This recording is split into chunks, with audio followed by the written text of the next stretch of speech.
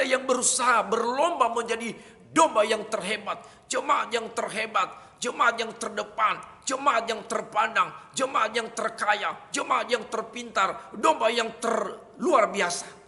Sehingga kita menanduk dan berkelahi serta bersaing untuk sekedar menjadi yang terdepan. Sekalipun itu kerap kali menimbulkan kerugian, kesakitan, bahkan luka bagi domba-domba yang lain, bagi jemaat-jemaat yang lain, akibat keegoisan kita.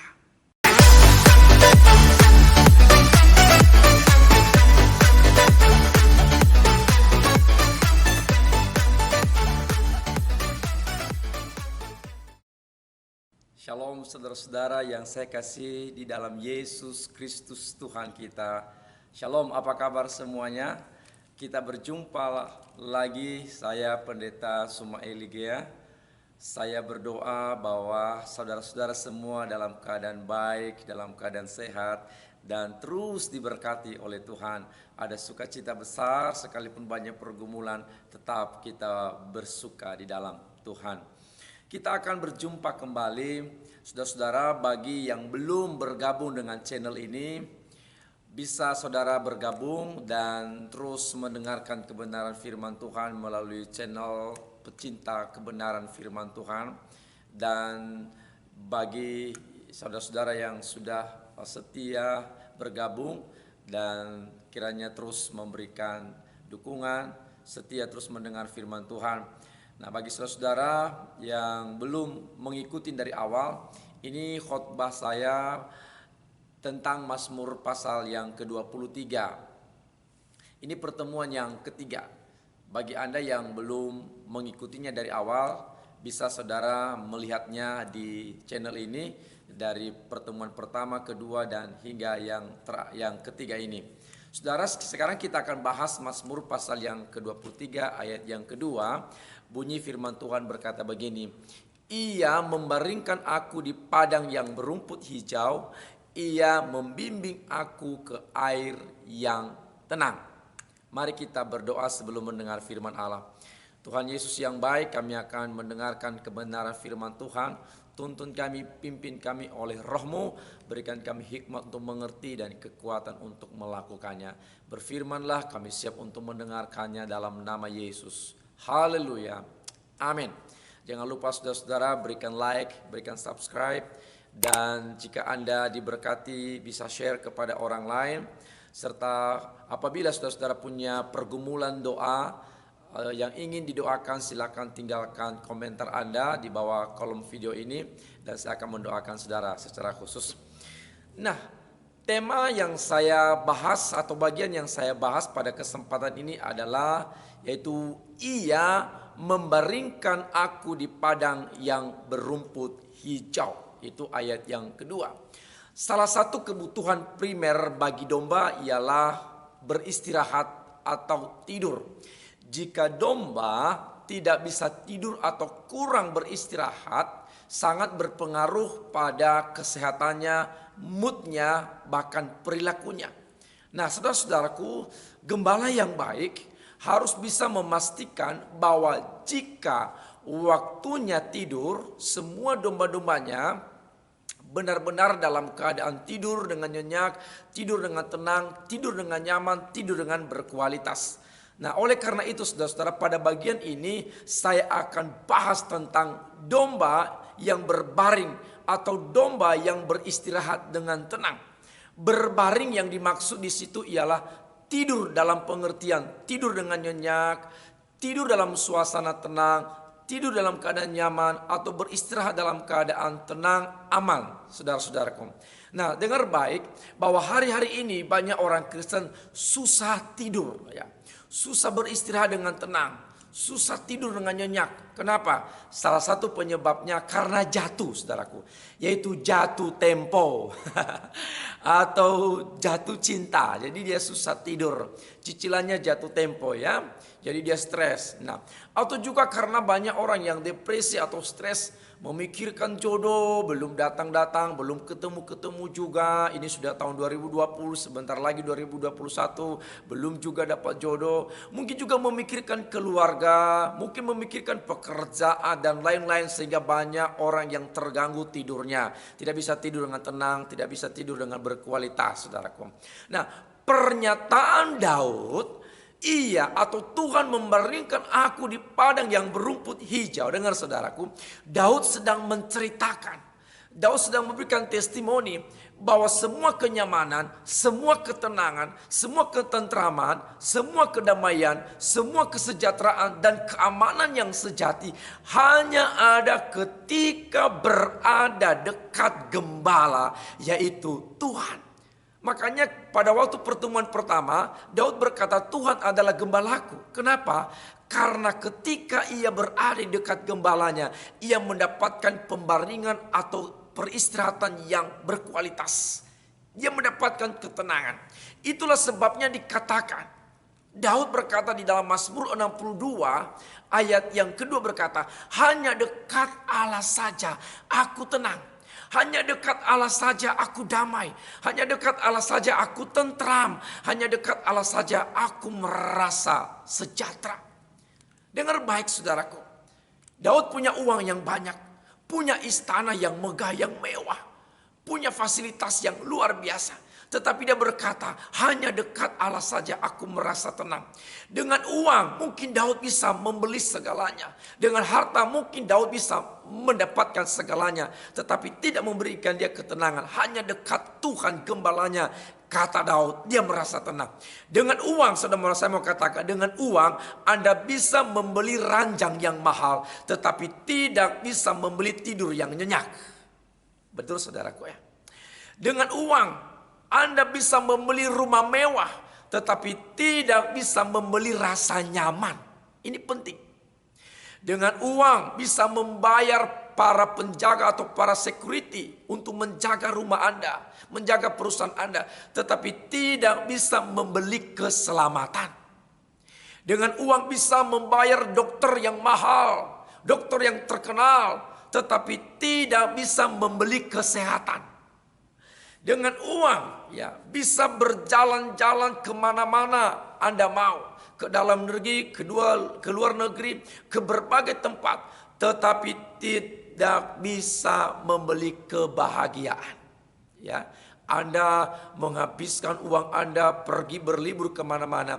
Tetapi dengar baik, Anda tidak bisa membeli kebahagiaan. Dengan uang Anda bisa membeli ilmu setinggi apapun. Tetapi tidak bisa membeli kecerdasan, saudaraku. Karena kecerdasan itu hanya datang dari Tuhan. Dengan uang Anda bisa membeli oksigen, tetapi tidak bisa membeli kehidupan umur panjang, saudaraku. Oleh karena itu, bagaimana seekor domba atau bagaimana Daud bisa berbaring atau bisa tidur dengan berkualitas, ya, mendapatkan ketenangan, mendapatkan ketentraman, ia bisa rileks dalam hidupnya. Oleh karena itu saudaraku, saya mau memberitahukan kepada Anda melalui khotbah ini, ada 4 syarat ya.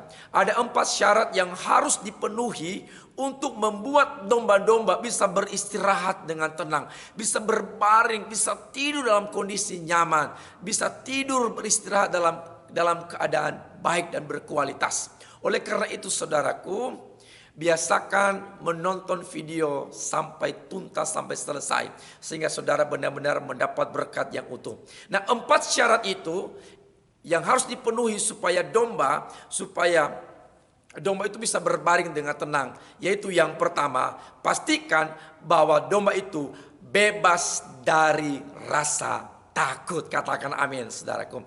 Dengar ya, karena sifat domba penakut dan mudah panik itu domba, maka mereka tidak akan berbaring, tidak akan tidur jika belum terlepas atau terbebaskan dari rasa takut. Oh haleluya. Apabila seekor domba mendapatkan sesuatu yang membuat ia terkejut, membuat ia kaget, pasti ia akan berlari ketakutan. Maka bisa saja seluruh kawanan domba akan bisa melompat dan berlari tunggang langgang tanpa tahu apa yang ditakutkan oleh mereka. Jadi sedikit saja mereka mendapatkan kekejutan, mereka kaget, mereka akan panik, maka mereka akan berlari tunggang langgang kemana saja. Satu ekor domba yang mendapatkan ketakutan, dia berlari, maka semua kawanan itu bisa berlari, melompat tunggang langgang, entah kemana mereka lari, karena itu sifat domba adalah takut. Nah, keadaan yang kacau seperti ini, saudaraku, membawa bahaya besar bagi domba dan membawa juga kerugian besar bagi gembala sebagai pemilik domba. Kenapa? Bahaya yang pertama, kemungkinan besar anak-anak domba yang masih kecil atau lemah bisa terinjak-injak oleh domba-domba besar yang berlari tadi ketakutan, yang melompat-lompat berlari ketakutan dan panik, sehingga yang lemah atau yang kecil-kecil itu bisa terinjak-injak dan akhirnya bisa mati. Bahaya yang kedua ialah domba-domba yang sedang mengandung kemungkinan besar akan mengalami keguguran, saudaraku. Keguguran. Kenapa? Karena mereka berlari, berlompat-lompat ketakutan, sehingga kandungan mereka akan gugur. Dan hal itu tentu membawa kerugian bagi gembala. Sebagai gembala, ia akan pilu, ia akan sedih jika hal itu menimpa kawanan domba yang ia gembalakan.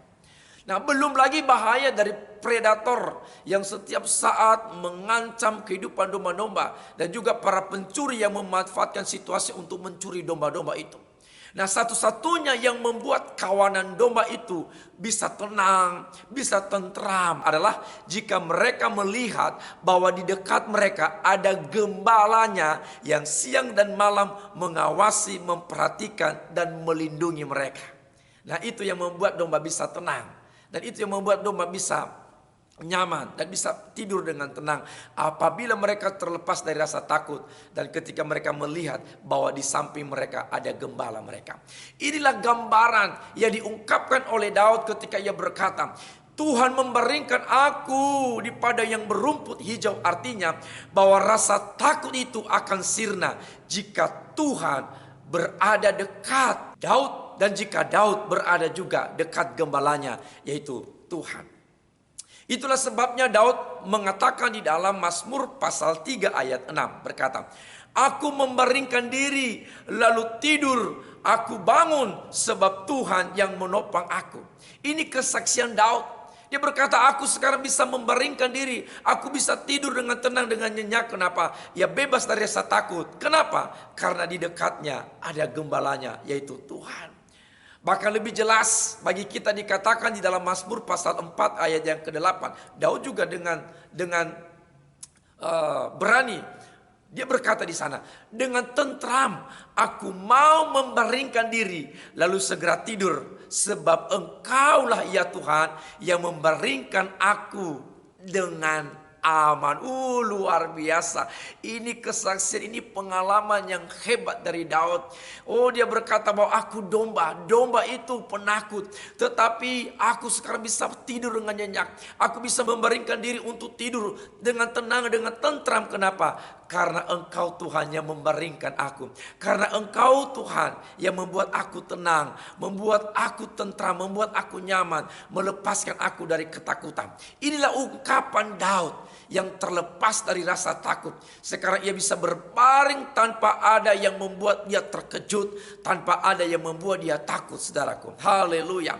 Daud bisa membaringkan diri, atau Daud bisa beristirahat dengan tentram, dengan aman, bukan karena ia berada di dalam istana yang mewah, bukan karena ia tidur di atas permadani, bukan karena ia tidur di atas spring bed yang mewah, tetapi ketika ia berada di dekat Tuhan, ia mendapat pembaringan, ia mendapat peristirahatan yang tenang, yang nyenyak, yang tentram.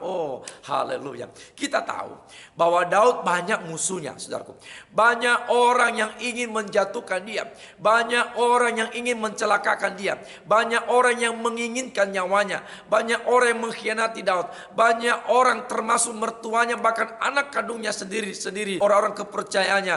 Orang-orang itu adalah musuh-musuh Daud, yang ingin mengkudeta Daud, yang ingin membunuh Daud, saudaraku, yang ingin membuat Daud hidup dalam ketakutan yang luar biasa, hidup dalam kekhawatiran, hidup dalam kecemasan, hidup dalam kegelisahan. Itu terus menghantui hati dan pikirannya karena orang-orang di sekitarnya dia banyak yang tidak menginginkan Daud di dalam ketenangan. Daud dimusuhi, Daud ingin dibunuh, saudaraku. Tetapi tidak ada cara lain yang membuat Daud bisa terlepas dari semuanya itu. Ialah ketika ia memilih berada dekat Tuhan, sang gembalanya yang baik. Haleluya. Mazmur 62 ayat 2 berkata, hanya dekat Allah saja aku merasa tenang. Ya kan? Hanya dekat Allah saja aku merasa tentram, aku merasa aman, aku merasa rileks, ya kan? Aku merasa bahagia. Kenapa? Karena daripada Tuhan datang keselamatanku. Tuhan gunung batuku, Tuhan kota bentengku yang kuat sehingga aku, Daud, tidak akan goyah. Oh haleluya, saudaraku. Hal yang serupa berlaku bagi kita anak-anak Tuhan zaman sekarang. Jika saya, jika saudara, siapapun saudara yang sedang menyaksikan video ini sedang dilanda oleh ketakutan, kecemasan, kegelisahan, ada bahaya, ada intimidasi, ada masalah, ada persoalan yang sedang mengancam, sedang menghimpit kehidupan saudara, dengar baik. Sehingga kita kehilangan ketenangan, kehilangan kedamaian, kehilangan kenyamanan, kehilangan sukacita, kehilangan kebahagiaan. Bahkan kita susah tidur, susah berpikir jernih. Maka percayalah, Tuhan Yesus gembala kita yang baik. Ia tidak pernah meninggalkan dan membiarkan kita seorang diri, katakan amin. Tuhan Yesus adalah tempat kita bersandar, tempat kita berlindung, sehingga kita mendapat ketentraman di dalam naungan sayapnya. Katakan amin, saudaraku. Itu yang pertama. Bagaimana domba bisa berbaring, bisa tidur dengan tenang, bisa beristirahat dengan nyaman. Yang pertama, syarat yang pertama adalah bebas dari rasa takut. Yang kedua, bebas dari konflik atau ketegangan. Mungkin saudaraku tidak semua mengetahui hal ini, bahwa setiap kelompok hewan itu terdapat suatu peringkat kekuasaan dalam kelompok, ya. Misalnya dalam sebuah kandang yang dipenuhi oleh ayam-ayam, hal itu disebut sebagai peringkat mematuk, saudara. Untuk ternak domba, hal ini disebut peringkat menanduk, ya. Di antara para domba ada seekor, ya, atau beberapa ekor domba betina yang tua, yang sombong, yang cerdik dan dominan, ya, pada umumnya akan menjadi bos sekumpulan domba-domba. Jadi dia dituakan dan dia menjadi pemimpin dalam kawanan itu.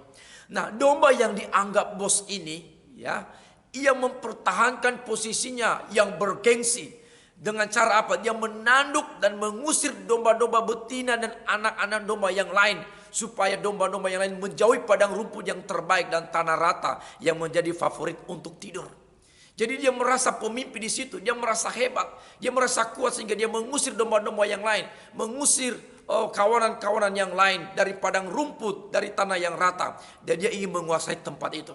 Nah, kadang-kadang dalam persaingan ini mengakibatkan kerugian bagi domba-domba yang lain, khususnya bagi mereka yang kalah dalam persaingan atau pertarungan itu. Domba-domba yang kalah akan menjadi kurus. Kenapa? Karena kurang mendapat makanan dan kurang beristirahat akibat dari domba tadi yang dianggap pemimpin, yang dianggap bos. Karena domba yang dianggap hebat itu, kuat itu, mengusir mereka, bahkan menyakiti mereka. Nah, bahkan saudaraku, bisa saja mereka terluka akibat tindakan atau tikaman tanduk sang penguasa.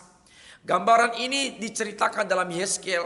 Nanti saudara-saudara bisa membaca dalam Yehezkiel pasal yang ke-34 ayat yang ke-16. Di sana dikatakan, yang hilang akan kucari, yang tersesat akan kubawa pulang, yang luka akan kubalut, yang sakit akan kukuatkan, serta yang gemuk dan yang kuat kulindungi. Di situ dikatakan ada sakit, ada yang sakit, ada yang luka. Luka ini bisa akibat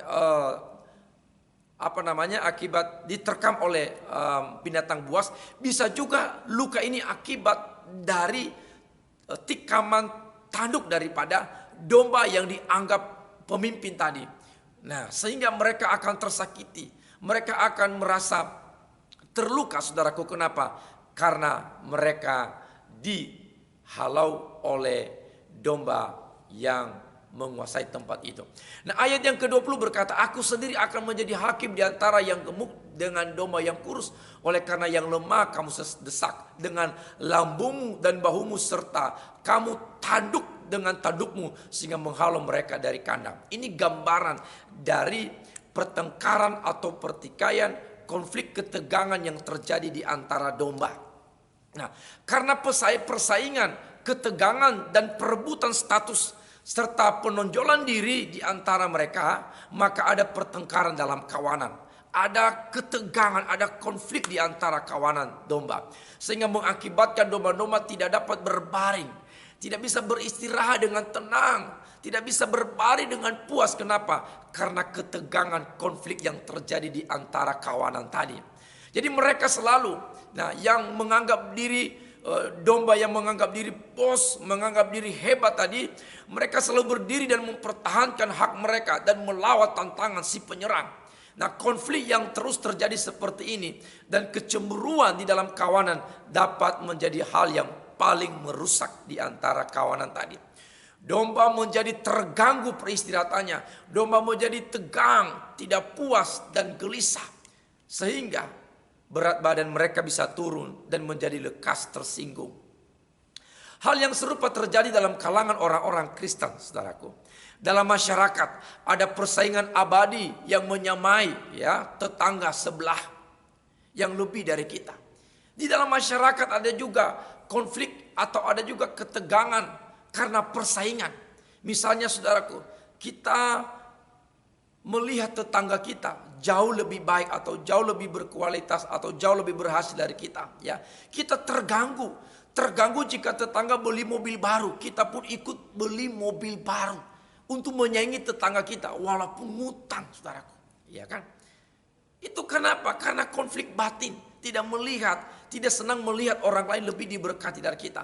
Terganggu dan tidak terima jika ada anak tetangga bersekolah atau kuliah di sekolah atau universitas terkenal, atau universitas ternama. Kita pun memaksa anak kita harus sekolah di tempat yang sama atau selevel, walaupun anaknya dan orang tuanya tidak mampu membayar. Kenapa? Kemakan gengsi. Ini akibat persaingan tadi. Ini akibat dari ketegangan konflik di antara satu dengan yang lain, kan? Juga ini terjadi di dalam gereja, Tidak terima apabila melihat jemaat yang lain atau domba lain lebih dari dia. Misalnya, ketika melihat jemaat lain pakai cincin emas dan bagus, dia nggak mau kalah. Minggu depan dia pakai gigi emas. Jadi dia nggak mau kalah. Kalau temannya jemaat lain pakai cincin emas yang bagus, dia nggak mau kalah. Lihat minggu depan aku tunjukin, aku pakai gigi emas. Oke, saudaraku. Nah, ini juga tidak terima melihat jemaat lain pakai mobil baru dan mobil bagus, kan? Minggu depan, saudaraku, dia nggak mau kalah. Minggu depan dia pakai eskavator ke gereja. Kan luar biasa. Tidak mau disaingi, saudaraku, Tidak mau orang lain lebih dari dia. Bahkan yang lebih parah, jemaat lain, dia melihat jemaat lain dia pakai kacamata baru, kacamata yang bagus. Dia nggak mau kalah. Dia nggak mau kalah bersaing. Minggu depan dia pakai kacamata kuda. Luar biasa. Nah, persaingan ini pun tidak hanya terjadi di lingkungan masyarakat. Di dalam gereja pun ada, di dalam dunia bisnis, di setiap kantor, di setiap keluarga ada persaingan.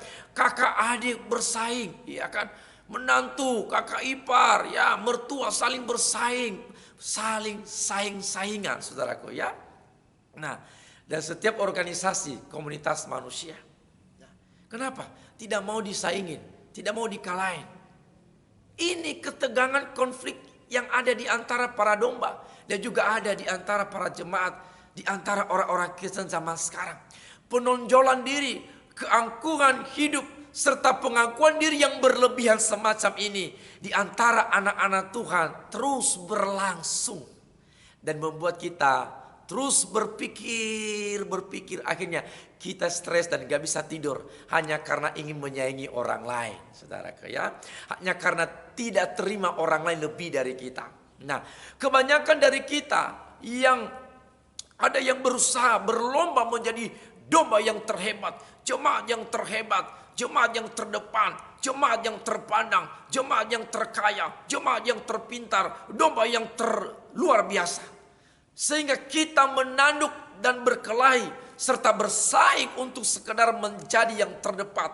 Sekalipun itu kerap kali menimbulkan kerugian, kesakitan, bahkan luka bagi domba-domba yang lain, bagi jemaat-jemaat yang lain. Akibat keegoisan kita. Ya kan? Disinilah banyak kecemburuan yang muncul. Kekesalan kecil berubah menjadi kebencian yang mengerikan. Sakit hati dan penghinaan terwujud.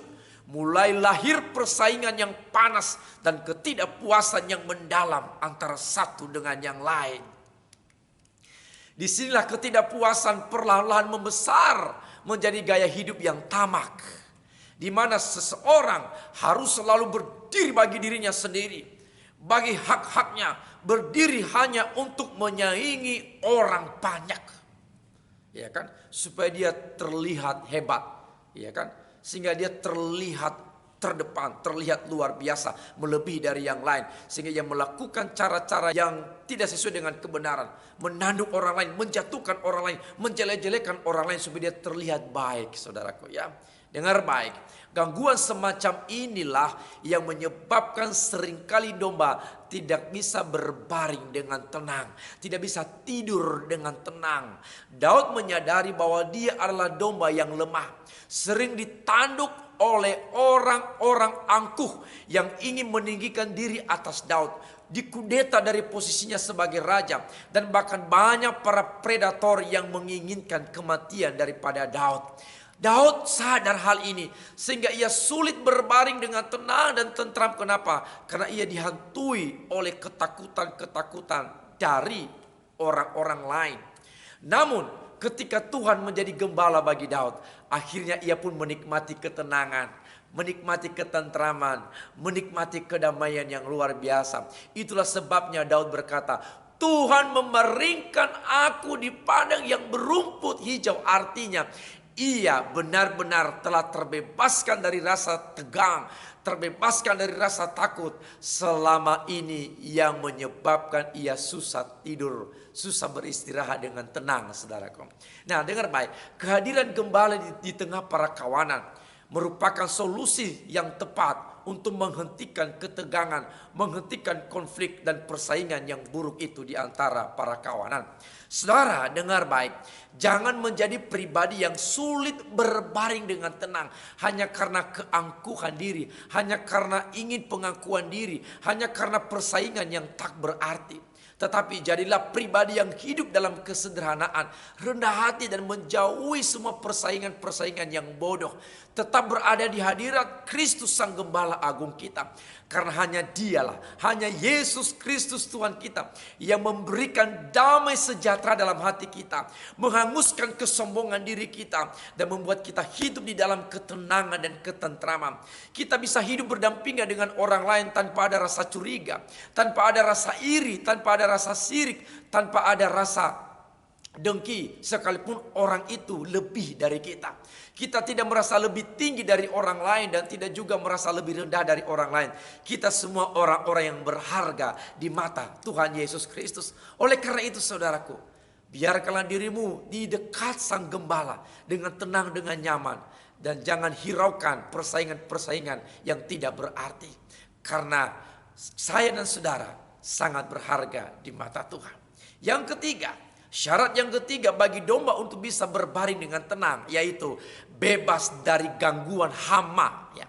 Mungkin bagi kita yang bukan peternak domba atau tidak begitu mendalami atau akrab tentang kehidupan domba, nah gangguan semacam ini bisa saja tersembunyi bagi kita.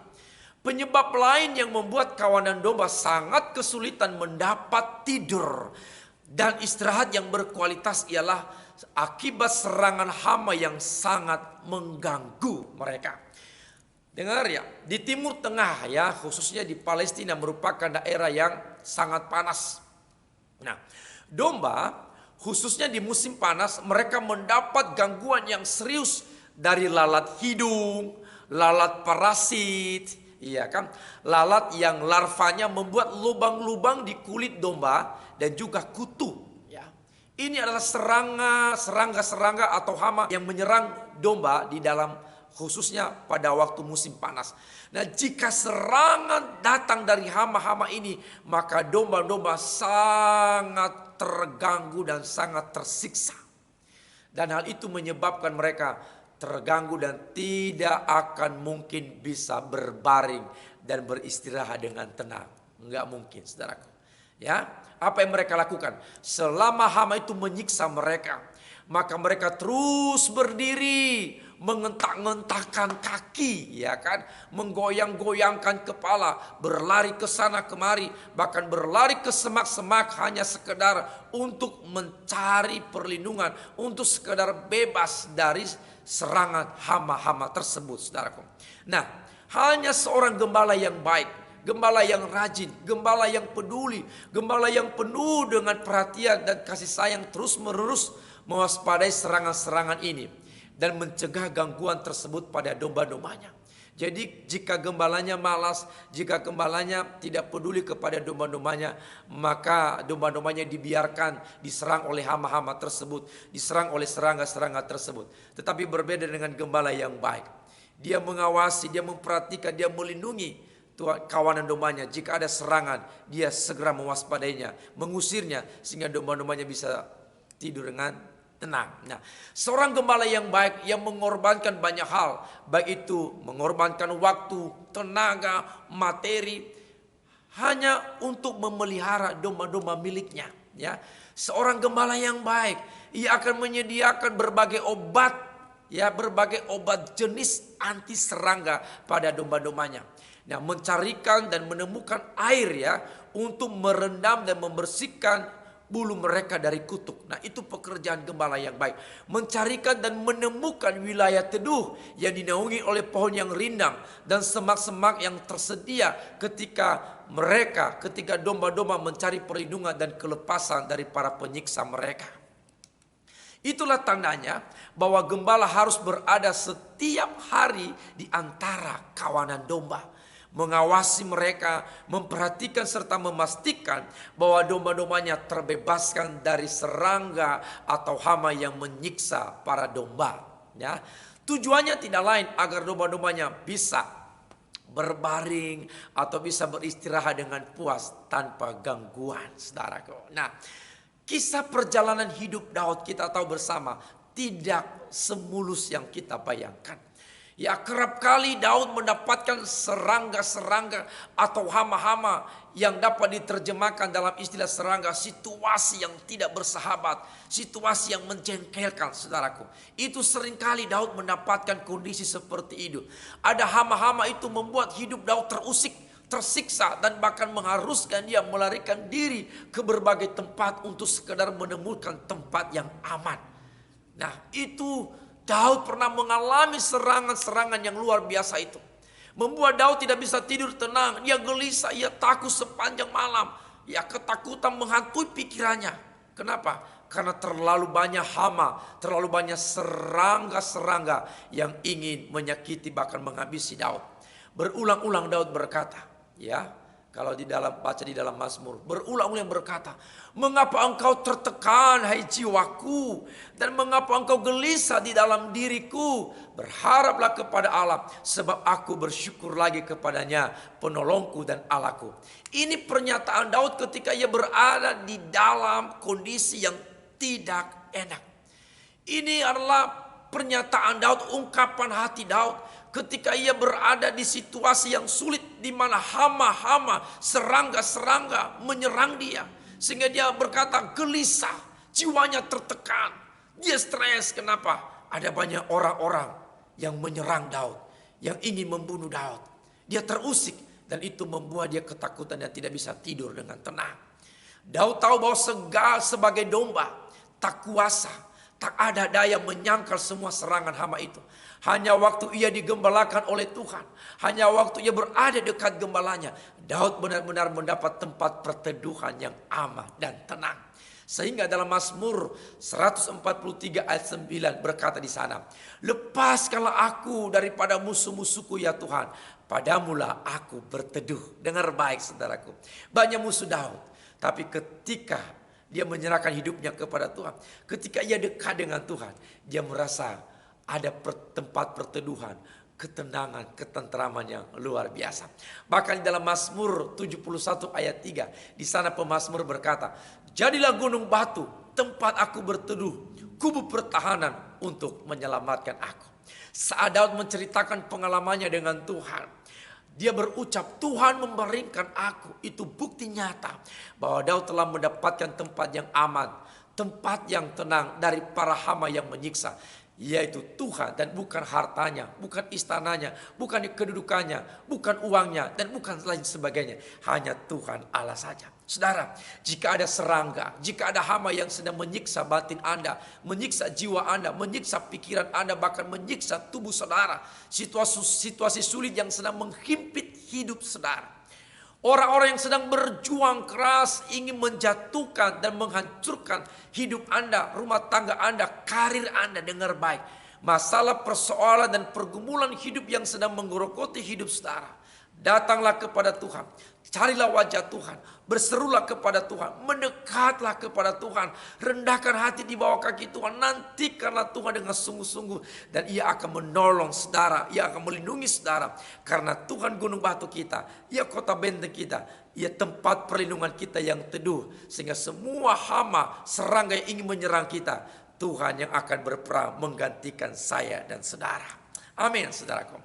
Yang terakhir, yang keempat, syarat bagi domba untuk bisa tidur dengan tenang, bisa berbaring dengan tenang, itu bebas dari rasa lapar, saudaraku. Urusan lapar ini ya saudaraku, urusan perut ini tidak hanya berlaku bagi hewan, tidak hanya berlaku bagi domba.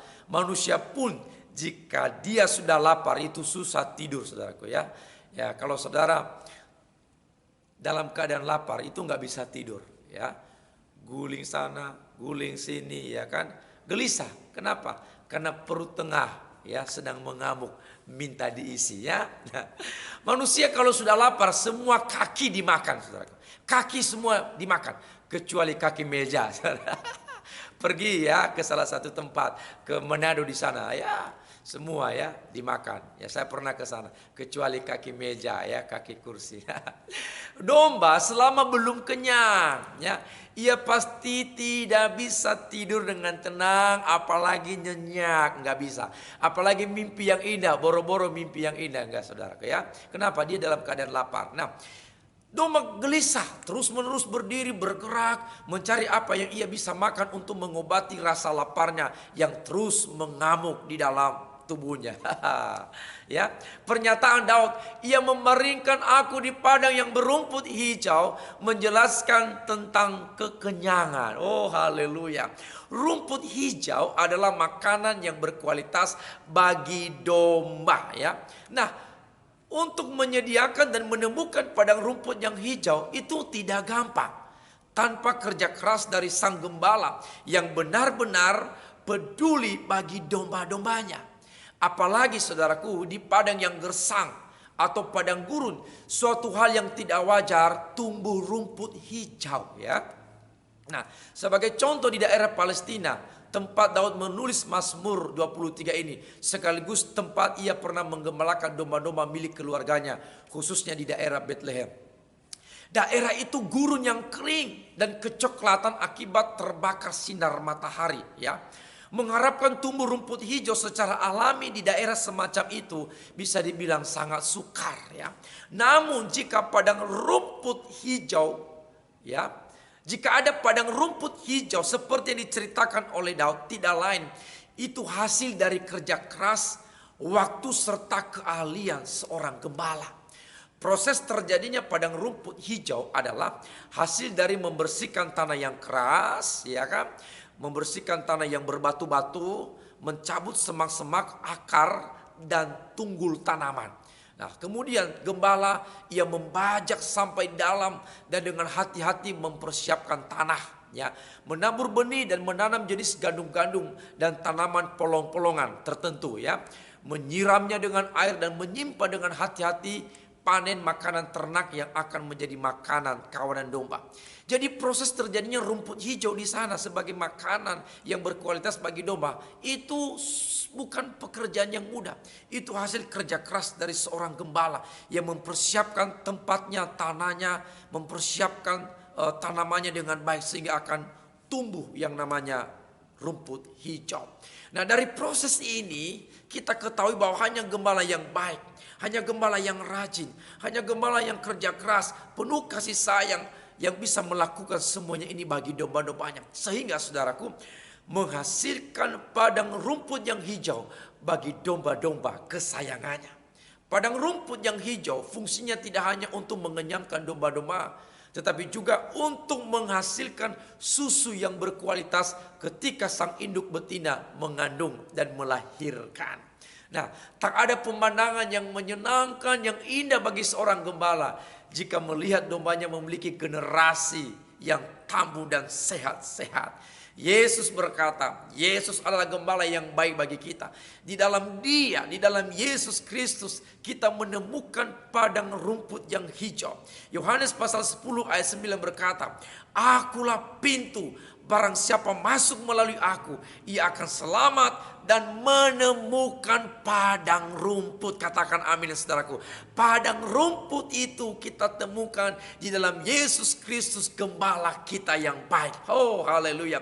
Selain di dalam Yesus, kita menemukan berkat-berkat jasmani, menemukan padang rumput, juga menemukan berkat-berkat rohani, yaitu keselamatan atau kehidupan yang kekal. Katakan amin, saudaraku. Selama kita berada dalam penggembalaan Tuhan Yesus, menurut kepada perintah-perintah Tuhan Yesus, kita tidak perlu khawatir tentang apa, tentang padang rumput kita, tentang apa yang kita makan, minum dan pakai sehari-hari. Kenapa?